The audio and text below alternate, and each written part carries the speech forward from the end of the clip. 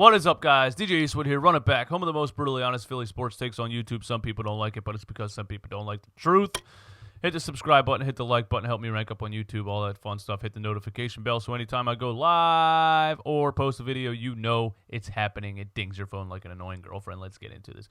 All right, so the Eagles come out against the St. Louis Rams, get mollywopped, get their asses kicked, like I knew they would, because it's just predictable at this point. It's not a good football team. You can see it from top to bottom. It's not a good football team. From the front office to the roster to all of these things to the aging of the players it's not a good football team. Where do I even start? What's going on with Carson Wentz, man? What's going on? In 2016, we thought we had the next Aaron Rodgers. We thought we had the next Tom Brady. I mean, this guy was just 5 wideouts, just picking defenses apart all the way down the field. I remember John Gruden watching him play. John Gruden was in the booth for ESPN and was just talking about how amazing this kid is and how great he's going to be. And I really hope that ACL tear didn't end his career, but we have not seen the same quarterback since. Yesterday, 26 of 43, 242 yards, 0 touchdowns, and 2 interceptions. After week 1, people were saying after week 1 is Carson Wentz's worst game as an NFL quarterback. What does that make this? This is easily Carson Wentz's worst game as an NFL quarterback. But there were a couple bright spots. This fucking thing keeps popping up. There was a couple bright spots, and I'm going to talk about it. But in the grand scheme of things, it was a trash performance. Absolutely fucking garbage. All right, I can't keep clicking this thing, dude. This is insane. All right, so I'm not going to go into the offseason and all the stuff Howie Roseman and Doug Pederson did. I did that in my last video. But you know, the lackluster offseason and the lackluster draft has now led to an 0-2 start, the first 0-2 start since 2015. We lose to the Rams 37-19. Carson Wentz has the worst game I've ever seen him play as an NFL quarterback. Jared Goff starts the game 13 for 13. And oh, by the way, Jared Goff, the number 1 pick in the 2016 draft, 1 slot ahead of Carson Wentz at the number 2 pick. 20 for 27, 267 yards and 3 touchdowns. Completely picked our defense apart left and right from the first quarter to the rest of the game. We did get a little bit of momentum on him in late in the second quarter, early in the third quarter, and it looked a little bit like we were going to turn this thing around. We got a little bit of momentum in the second quarter. Carson Wentz driving down the field, looking like his old self, hitting Deshaun Jackson on the left side, hitting Jalen Reagor on the right side, or I have that backwards, but drives all the way down the field and throws an absolutely horrendous interception in the end zone intended for possibly the worst draft pick of all time, J.J. Arcega-Whiteside. And that right there pretty much ended the game before it started.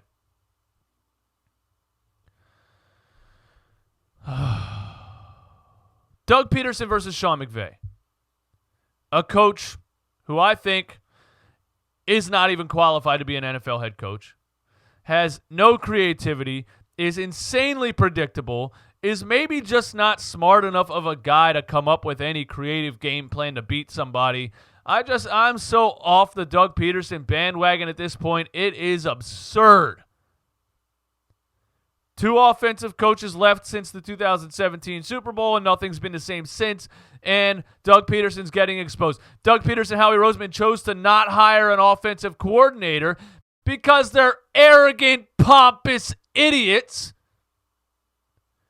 I mean, you couldn't look back and say, hey, we won the Super Bowl with a great offensive coordinator. Let's go get an experienced offensive coordinator to come in here and try to get this thing back on track. No, these guys are so arrogant that they said, we don't need an offensive coordinator. We are so good at football We can win without an offensive coordinator. So Doug Pederson's the head coach and offensive coordinator, and it's a fucking joke. It is a fucking joke. Let me get back to Doug Pederson versus Sean McVay. Sean McVay is the dream NFL head coach in 2020. He is the dream NFL coach in 2020. He's young, energetic, creative. He just sounds like a very intelligent, very well put together guy.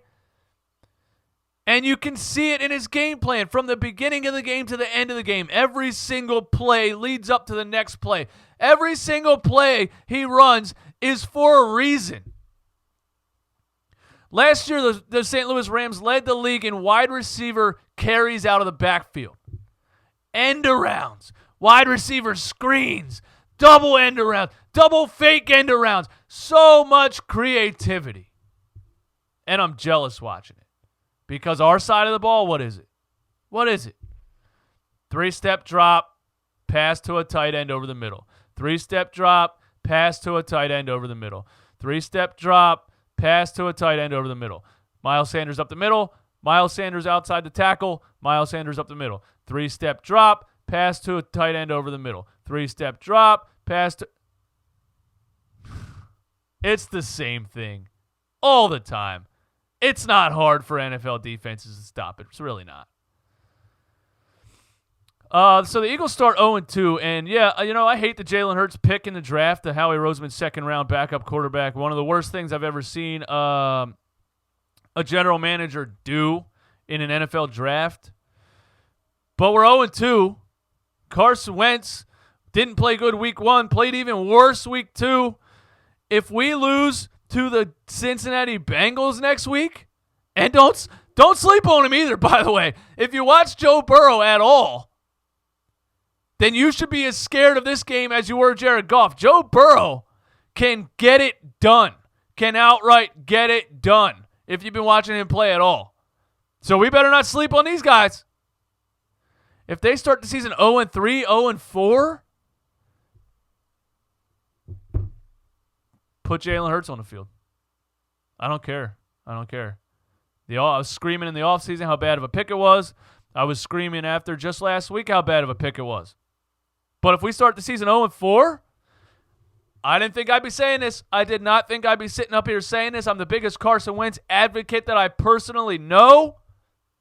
But if we start the season 0-4, put Jalen Hurts on the field. I'm over it.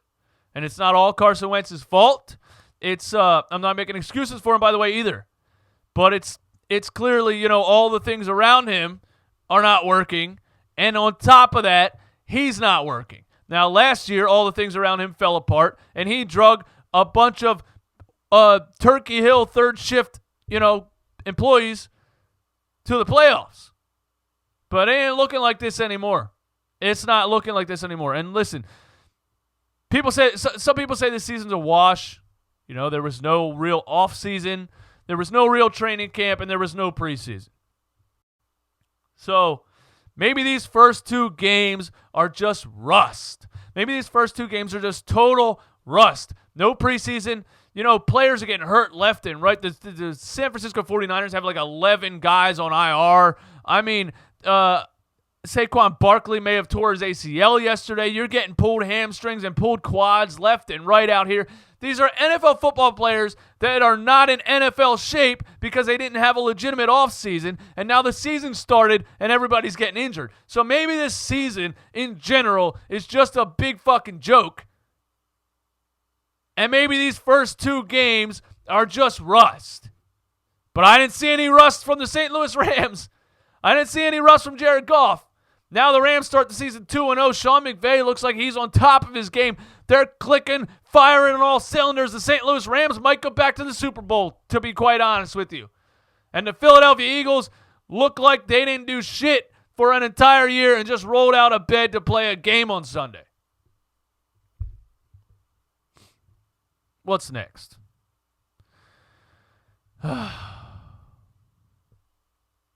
Here's one example of how bad Doug Pederson is. Seriously. Look at this screenshot. This is a 2-point conversion attempt with Miles Sanders. And what is the play call? The play call is a sweep to the short side of the field. I already hate that. All right? But it gets better. The guard that pulls to lead block is 99-year-old Jason Peters. That's honestly the play that was called. Jason Peters is supposed to get on the outside here and seal this block. And he gets annihilated. What would make you think Jason Peters could pull off a play like this? That's so pathetic. I just think Doug Pederson just calls random plays. I really do. None of them make any sense.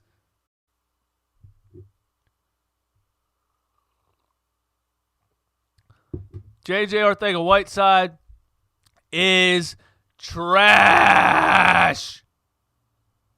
God, this guy sucks. This dude is a certified scrub. I mean, there's not even 1% of upside here. It's not like, he's kind of good. He'll be a decent receiver, but we still need a number 1. You know what I mean? He'll be a number 2 or a number 3, but we still... No, this guy is totally worthless. From his rookie season last year to right now, this guy is totally worthless. I'm talking shouldn't even be on an NFL football field. He's that bad. And we thought last year, well, maybe it's the receivers coach. Maybe the receivers coach can't get these guys into shape. We fire freaking Greg, I forget who the hell it was. We fire him. I don't know who the hell we brought in. Maybe we don't have a receivers coach. Maybe Doug Pederson took over that role too. We think maybe it's the coaching last year. We fire everybody under Doug Pederson. And Arcega-Whiteside comes out this year and sucks just as bad as he did last year. Carson Wentz picked the defense apart, drove all the way down the field, and throws an interception in the end zone to Arcega-Whiteside. Now, Arcega-Whiteside was open when he cut on the route. Carson was way late throwing the ball. But he didn't come back to the ball. He faded on his route. And like I said before, my guy Philly Mike, Philly Sports Talk. Shit, Mike, what's your channel name? Philly Talk with... Fuck. What a horrible friend. I'm trying to promote your YouTube channel, and I can't say it right. The Philly Talk Podcast with my guy Philly Mike. He went over how bad Arcega-Whiteside was last year with his route running and how he fades at the end of routes. And then if you watch the play in slow motion from yesterday, the ball's in the air and he fades to the back of the end zone. He doesn't come to the ball. I mean, this is basic football. This is stuff wide receivers learn literally in middle school.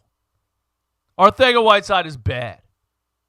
DK Metcalf, on the other hand, the wide receiver that should have been drafted ahead of Whiteside, the wide receiver that Howie Roseman should have drafted,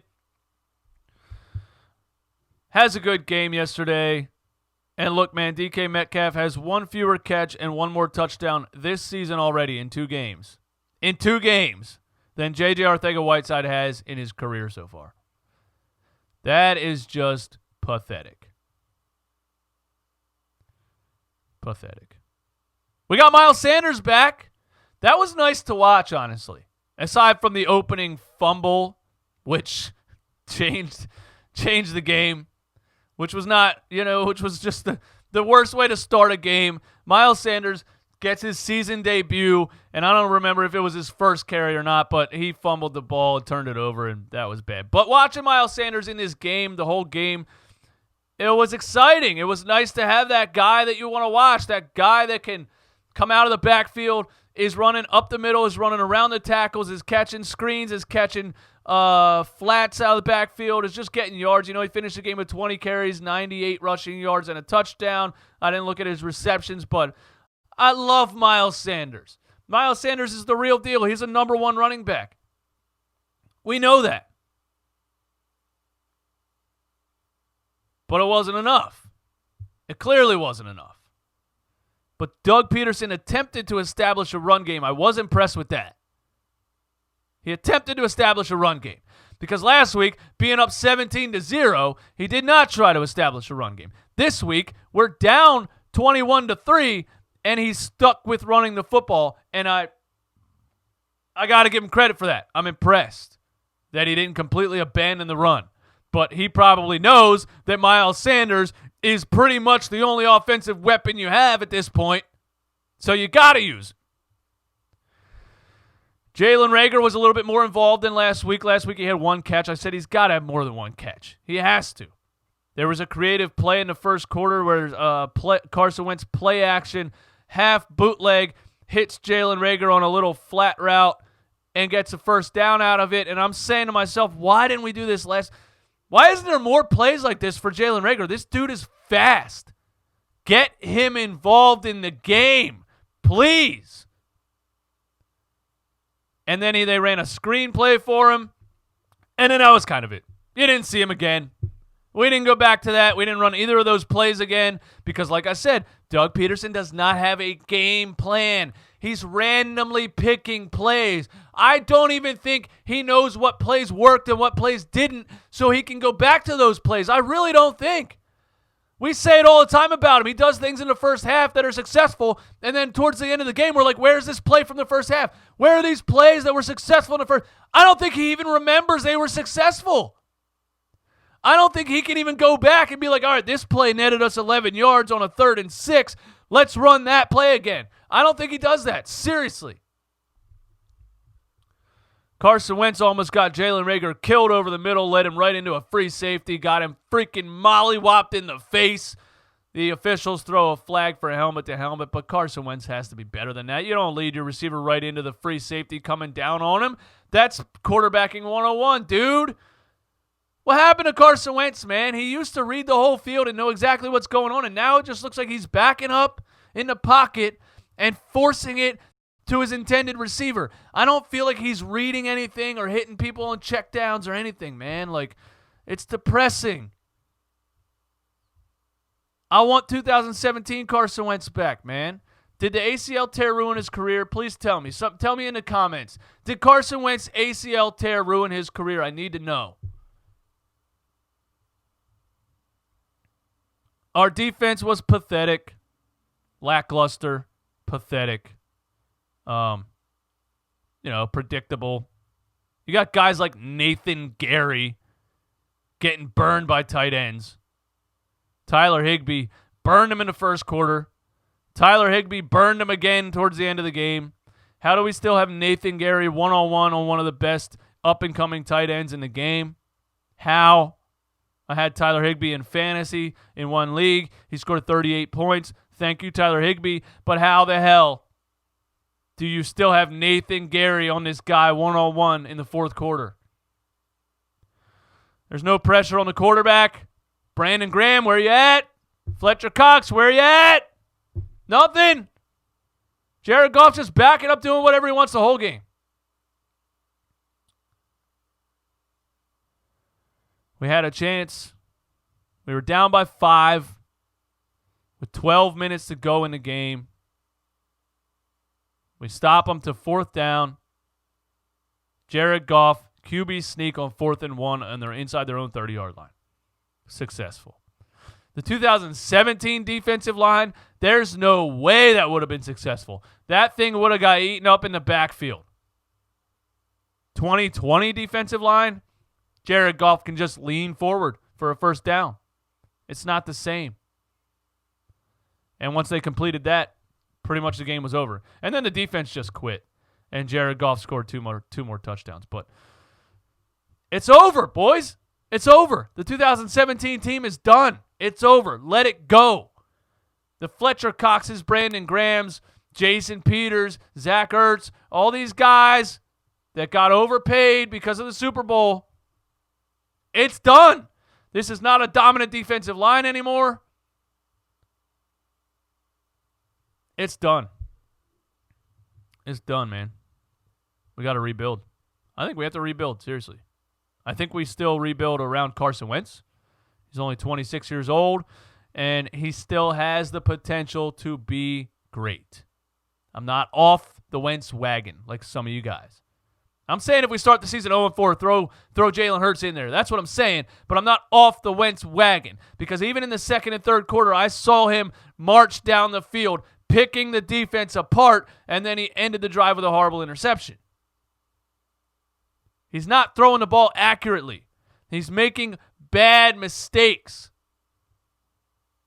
But I still have faith in this guy's skill set. I did not watch him for 4 seasons and watch the potential and the greatness that he can pull out on the field to give up now at 26 years old.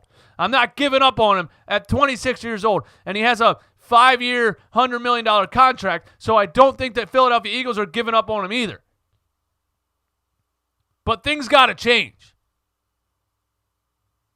And if the Philadelphia Eagles go 4-12, Howie and Doug got to get fired. They have to get fired. Absolutely have to. This is now 18, 19, 20. 3 seasons after the Super Bowl. 17, 18, 18, 19, 19, 20, 20. 3 seasons after. This is the 3rd season since the Super Bowl. If you go 4-12, Howie and Doug got to get fired.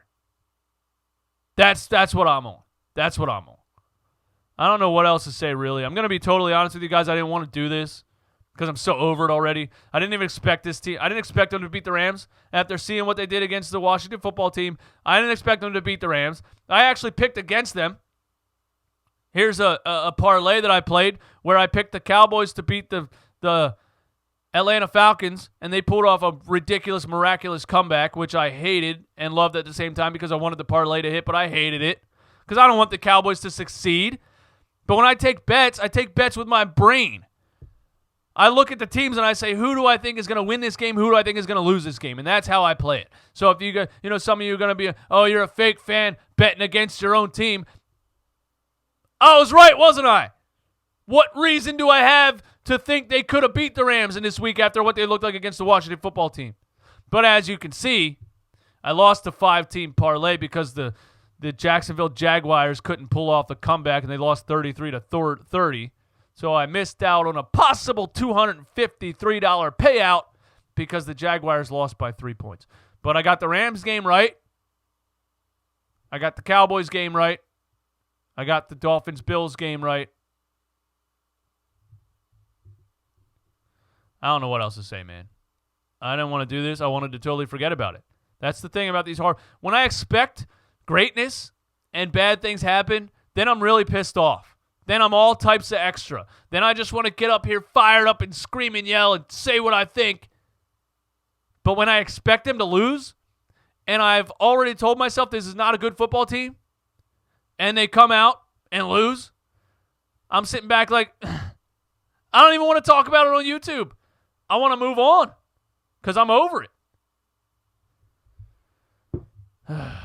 Let me know what you think in the comments, man. Give me all your thoughts and opinions. My name is DJ Eastwood. This is Run It Back Home with the most brutally honest Philly sports takes on YouTube. Some people don't like it, but it's because some people don't like the truth.